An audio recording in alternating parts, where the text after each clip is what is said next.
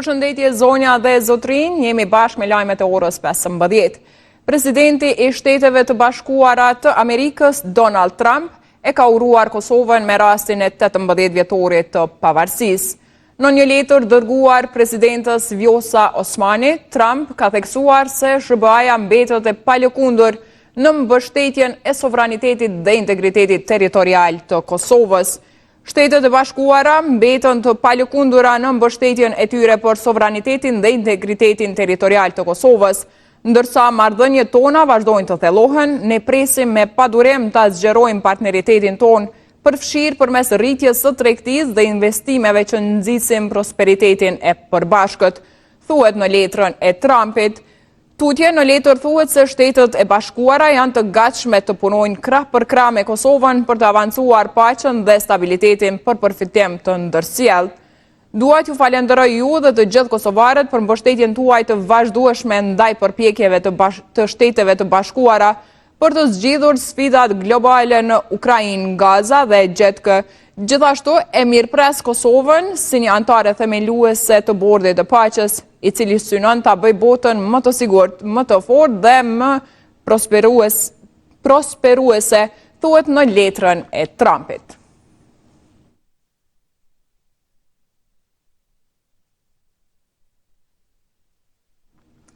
Në dhomat e specializuara të Kosovës në Hag, ka vazhduar procesi gjyqësor ndaj ish-krerëve të ushtrisë çlirimtare të Kosovës, Hashim Thaçi, Kadri Veseli, Recep Selimi e Jakub Krasniqi.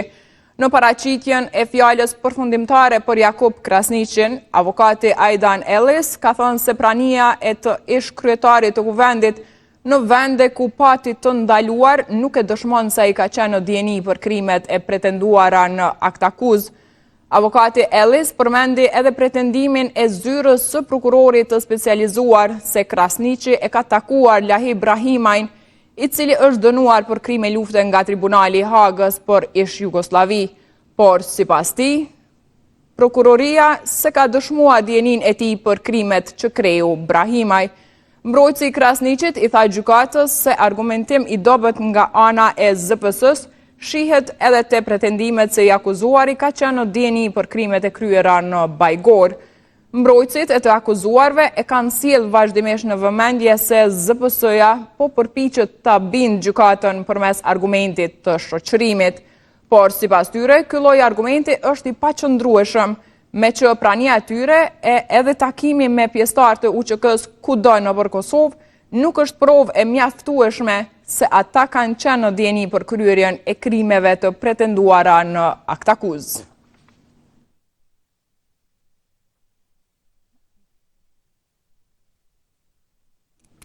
Organizata e veteranëve të luftës së UÇK-s ka bërë të ditur se i ka adresuar dhomave të specializuara në Hag një rezolutë mbështetur nga 30 deputet zviceran në funksion të, siç thuhet, garantimit të një procesi të drejtë dhe të paanshëm gjyqësor. Sipas njoftimit të OVL UÇK-s, kjo nismë vjen pas miratimit të rezolutave në Kuvendin e Shqipërisë dhe Kuvendin e Kosovës gjatë ditëve të fundit, të cilat sipas organizatës kanë rritur jehun ndërkombëtare të kërkesës për respektimin e standardeve ndërkombëtare të drejtësisë. OVL UÇK thekson se iniciativa për adresimin e rezolutës është ndërmarrë nga veprimtari Sali Bislimi në kuadër të komunikimeve ndërkombëtare të zhvilluara së fundmi. Sipas organizatës, adresimi i kësaj rezolute përfaqëson një hap simbolik drejt respektimit të parimit të një procesi të paanshëm dhe të drejtë në përputhje me standardet ndërkombëtare.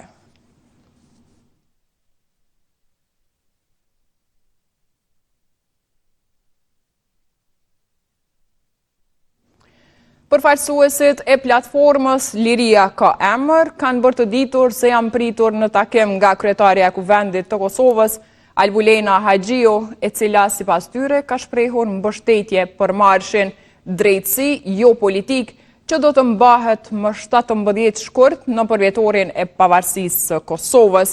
Sipas njoftimit të platformës, në takim është diskutuar për organizimin e marshit qytetar që do të mbahet në Prishtinë Në mbrojtje të ish-krerëve të ushtrisë çlirimtare të Kosovës, Hashim Thaçi, Kadri Veseli, Jakub Krasniqi dhe Recep Selimi, të cilët po gjykohen në Hag për krime lufte. Ju përgëzoj për angazhimin dhe mobilizimin qytetar. Do të jetë një marsh madhështor, sepse kur bëhet fjalë për vlerat e luftës çlirimtare, UÇK-ja na bashkon të gjithëve. Citohet të ketë thënë kryekuvendarja. Marshi do të nisë më 17 shkurt në sheshin Skënderbeu në Prishtinë me moton drejtësi jo politik.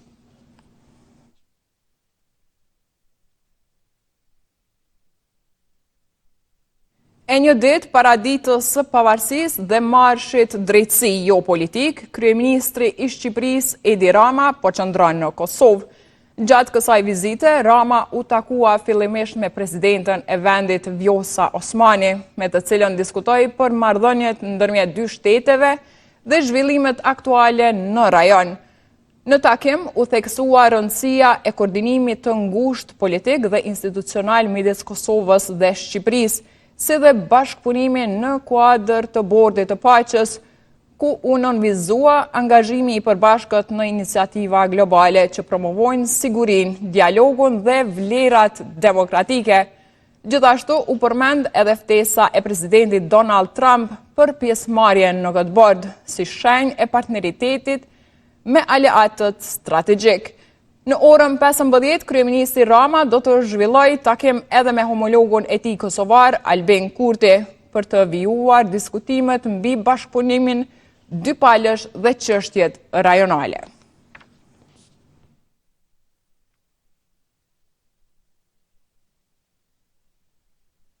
Para takimit me kryeministrin Edi Rama, kryeministri Albin Kurti u takua paraprakisht me shefin e zyrës së Bashkimit Evropian, Avio Orav.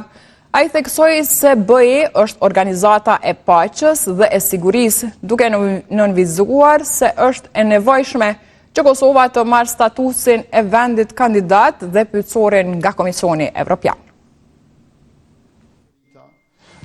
Zotimet e Republikës së Kosovës se shteti ynë do t'jetë, siç ka qenë përherë, partner i besueshëm dhe serioz i Bashkimit Evropian, dhe ne konsiderojmë që Bashkimi Evropian është organizata e paqes dhe sigurisë, ku ne dëshirojmë edhe të kontribuojmë, edhe të përfitojmë, e për këtë është nevojshme që sa më parë ta marrim statusin e vendit kandidat dhe pyetësorin nga Komisioni Evropian, që do të na ndihmojë të përshpejtojmë agjendën e reformave që padyshim do të jetë prioritet i qeverisë sonë.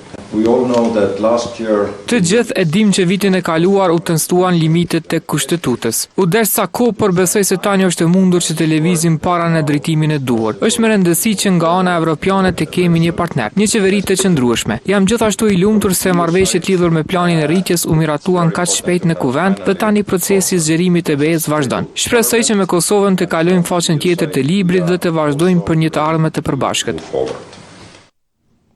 Kuvendi i Kosovës ka shqyrtuar projekt buxhetin për vitin 2026 në vlerë prej 4 miliard eurosh, në një seancë plenare ku paraqiten prioritetet financiare të ekzekutivit për vitin e ardhshëm. Ministri Hekuran Murati ka thënë se të hyrat buxhetore janë 3.64 miliard euro, ndërsa pjesa tjetër e shpenzimeve do të mbulohet me kredi apo edhe me deficit. Sa i përket burimit të financimeve, pra të hyrat buxhetore gjithsej janë 3.64 miliard euro, nga cilat hyrat tatimore janë 3.26 miliard euro, ndërkaq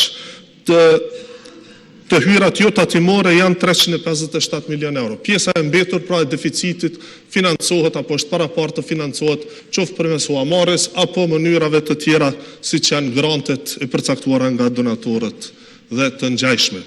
Sa i përket këtij buxheti, pra përveç atyre inputeve që kanë dhënë secila prej organizatave buxhetore, është parapar, pra siç e thash, që edhe paga e 13 të shtohet këtu, është parapar që përvoja e punës, pra që siç e dini, me ligjin e pagave për 15 vitet e para është 0.25% për vit, të kthehet në 0.5% në vit, pra për gjitha vitet, përfshirë edhe 15 vitet e para.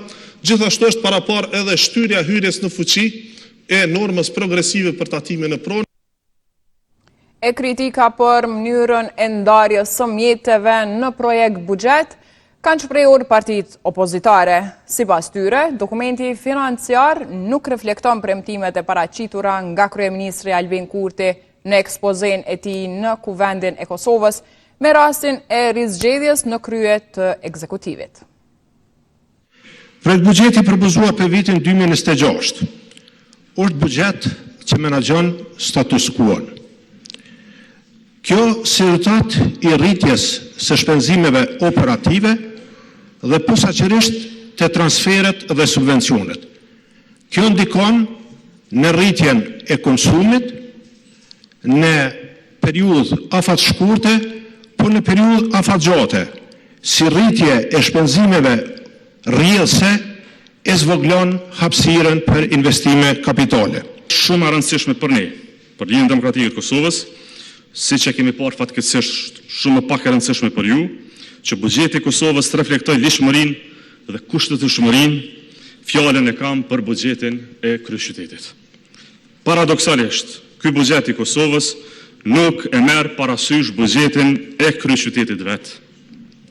Është jo vetëm abetshme, por jashtëzakonisht shqetësuese se si kuvendit i sillet një dokument që se respekton vendimarrjen autonome të kryeqytetit vet. Dhe së këndejimi me njerë bëtjo kushtetues. Ky buxhet është miratuar me 31 tetor të vitit 2025 më herët dhe në tabelat në të cilat përshkruhet vijat buxhetore, projektet kapitale, buxheti për molla dhe shërbime është i njëjti. Pra çka dua t'i them qytetarëve të Kosovës?